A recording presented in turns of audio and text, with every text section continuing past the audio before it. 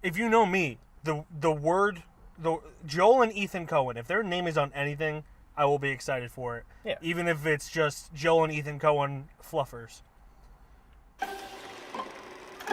Welcome to Suburbicon, a town of great wonder and excitement. Hey there.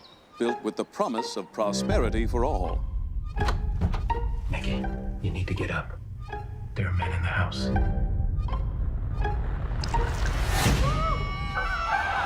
So we didn't see this movie together, which is actually an experiment I've been wanting to do, because sometimes I feel like we kind of feed off each other's, this is going to sound super hippie-ish, we feed off of each other's energy in a movie and have a very similar reaction to it because of that. Oh, I thought you just meant we literally feed off each other. Well, we do. Suburbicon, Glenn, do you want to tell the children what that's about? Suburbicon is about a family, the Lodge family, in fact. And I don't really know how to explain. Well, from the trailer's point of view, it's about the Lodge family, and this family is being, I guess, harassed by the mob. And This is what the trailer says. Yes, this is what the trailer says. It's being harassed by the mob, and things go south, and Matt Damon's character is just like, sorry, mob. He takes one of them out. He just destroys them in the trailer, and it's just a giant harassment thing with the mob and this family. The actual movie, though, nothing like it. Not at all. This movie was completely mismarketed. It was marketed as a very dark comedy, but instead it was a very, very, very dark real movie. Not that comedies aren't real movies, but it was more like I guess a thriller.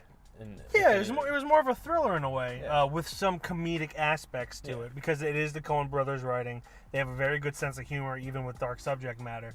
Also, it's directed by George Clooney, who also has a pretty good sense of humor.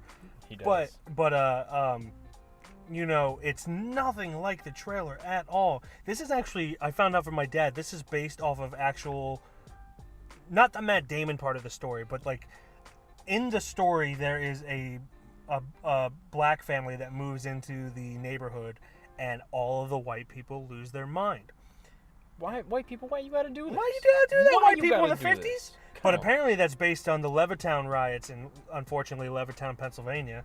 Oh no! Sorry, guys. That's the part of Pennsylvania we don't pay attention to. Yeah, but well, I mean, I feel like all the 50s were like it. That's true. But anyway, it's kind of like a side story to this, where like all these white neighbors are harassing the black neighbors, and not letting them sleep, playing music and singing loudly, shouting things at them and all that.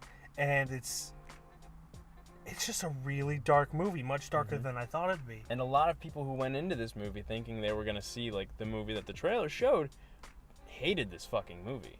Like, at least in my theater, people came out and was like, I don't understand the whole point of that black aspect, that whole riot thing going on. I was the only one in my theater, so I didn't experience this. Alright. But this is something that I am very, just being a huge fan of movies, something I do, which I feel more people should do. Ultimately, filmmaking is a business, and you have to sell the product through trailers. What I wish people were better at was realizing within the first 10, 20 minutes of a movie that it was nothing like the trailer, and then adjusting your expectations accordingly. I like to think I'm very good at that.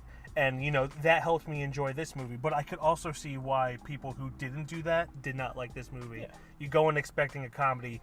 It's got maybe 5 chuckles throughout, all of which are in the trailer. And then everything else is just, like, really dark and messed up.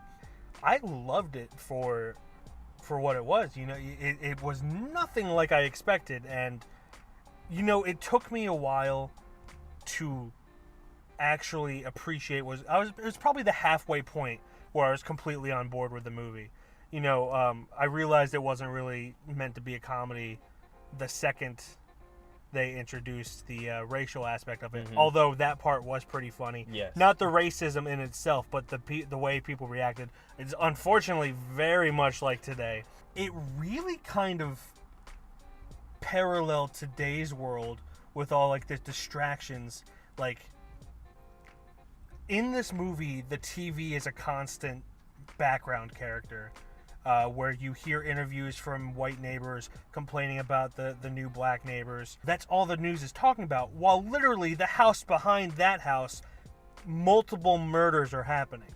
So it's really just like this, how the news, even today, even though it's definitely an extreme for today, because you know what, I'm not even going to say that. It might be different subject matter. There's this one scene where he literally murders a guy in the middle of a street in a neighborhood with a lot of houses, but all of the neighbors are on the other street protesting. Checking out that wizard.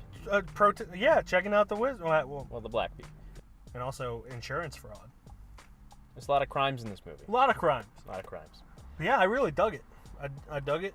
And in fact, I think my favorite part of the movie, you might agree, as Oscar Isaac. I love that motherfucker. In this Oscar movie. Isaac is great in everything.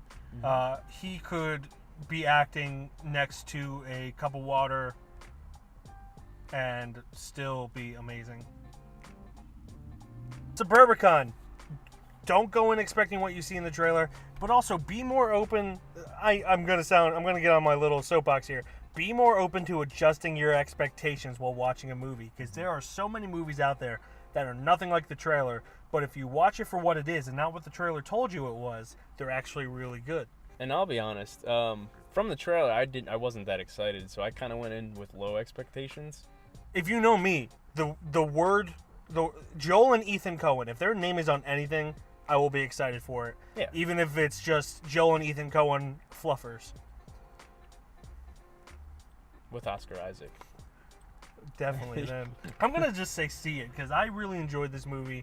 I understand why people had their gripes with it, but it was, when you took away the trailer altogether, when you just ignored what the trailer told you it was, I really enjoyed this movie. I did too, and like you said, Joel and Ethan Coen are just amazing to begin with. So, and then George Clooney directing, he's pretty good too. I'm gonna say see it, although it is a weekend. I don't know how much longer it's probably got, maybe a week or two more. Yeah. But see it if you can. Most definitely. Yeah. Please do. Also, this movie only has a 26% on Rotten Tomatoes, so obviously we disagree with that. So the most important thing here is to go make your own opinion, whether you see it in theaters, wait till it's on Netflix, wait till it's on Redbox. Just make your own opinion, because we can't tell you what you like. We can suggest, but we can't tell you. You do you, friendlies. You do you. I don't know why I called you friendlies. I want an ice cream sundae now. You're a bunch of fluffers.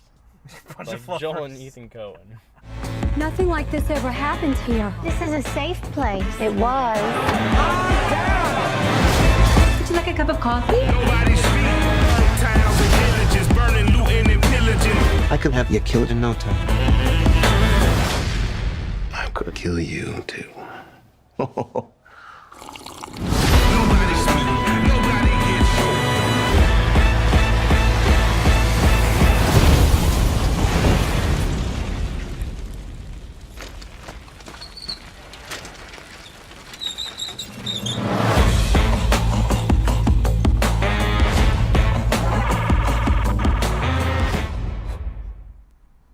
What's the most you ever lost in a coin toss? What's the most you ever... Oh, I just dropped it deeper. Got